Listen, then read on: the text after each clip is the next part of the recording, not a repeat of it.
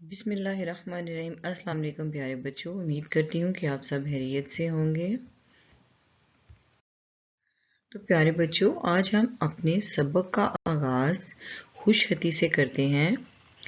آپ نے اپنی کتاب کے صفحہ نمبر 92 پر سین شین سواد کو درست طریقے سے لکھنے کی مشق کرنی ہے رے کے ساتھ۔ اب دیکھیے، سب سے پہلے ہے سین رے سر، پھر شین رے شر، سواد رے سر، اب سردی، اگلا لفظ کیا ہے سردی، پھر شرارہ، پھر سراہی۔ ٹھیک ہے، آپ نے ان کو لکھنے کی مشق کرنی ہے آپ اپنی کتاب کے صفحہ نمبر 92 پر۔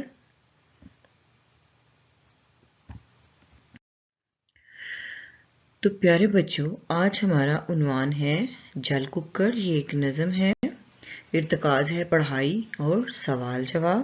شاعر ہے شان الحق حقی۔ اس نظم کے جو شاعر ہیں ان کا نام ہے شان الحق حقی۔ تو ہمارے آج کے مقاصد ہیں، طلبہ اس قابل ہوں گے کہ درست لفظ اور آواز کے اتار چڑھاؤ کے ساتھ نظم کی بلند خوانی کر سکیں اور سوالات کے جوابات از خود دے سکیں۔ تو پیارے بچوں، چلیے اب ہم جل ککڑ کی پڑھائی کر لیتے ہیں۔ مجھ کو تو سارے موسم لگتے ہیں یوں ہی گڑبڑ، جاڑا بہار گرمی برسات اور پتجھڑ۔ جاڑے میں دل ہمارا گرمی کی لو کو ترسا، گرمی میں یاد آیا برسات کا پسینہ۔ برسات میں نہ پایا وہ پیاس کا بھڑکنا، گزری بہار یوں ہی دیکھا نہ زرد پتا۔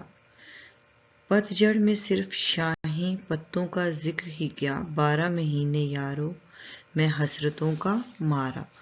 اس رت میں بھی روکھا اس رت میں بھی اداسا، مجھ کو تو سارے موسم لگتے ہیں یوں ہی گڑبڑ، جاڑا بہار گرمی برسات اور پتجھڑ۔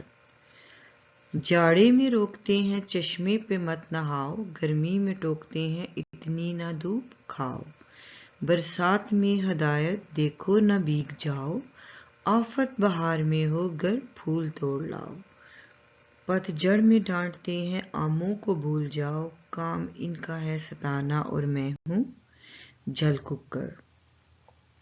مجھ کو تو سارے موسم لگتے ہیں یوں ہی گڑبڑ، جاڑا بہار گرمی برسات اور پتجھڑ۔ تو چلیے اب ہمارا کام، آج کا جو جماعت کا کام ہے وہ یہی ہے کہ نظم کو درست لفظ روانی کے ساتھ پڑھنے کی کوشش کیجیے۔ پیارے بچوں، اب ہم اپنے گھر کے کام کی طرف چلتے ہیں۔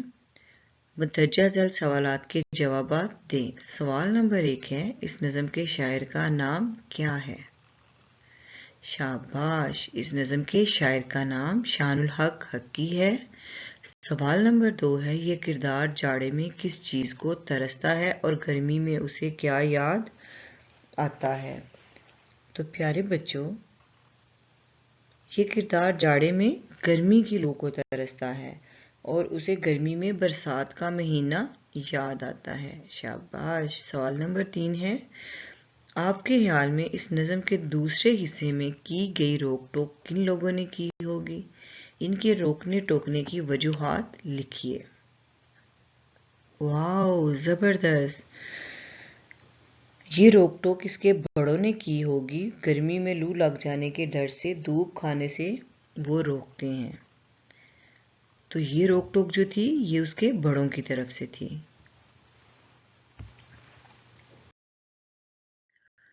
پیارے بچوں، آپ نے یہ کام اپنی اردو کی نوٹ بک پر کرنا ہے اور خوش خط کر کے لکھنا ہے۔ ٹھیک ہے، آج کا ہمارا یہی سبق تھا۔ اگلے سبق تک کے لیے میں آپ سے اجازت چاہتی ہوں۔ خدا حافظ۔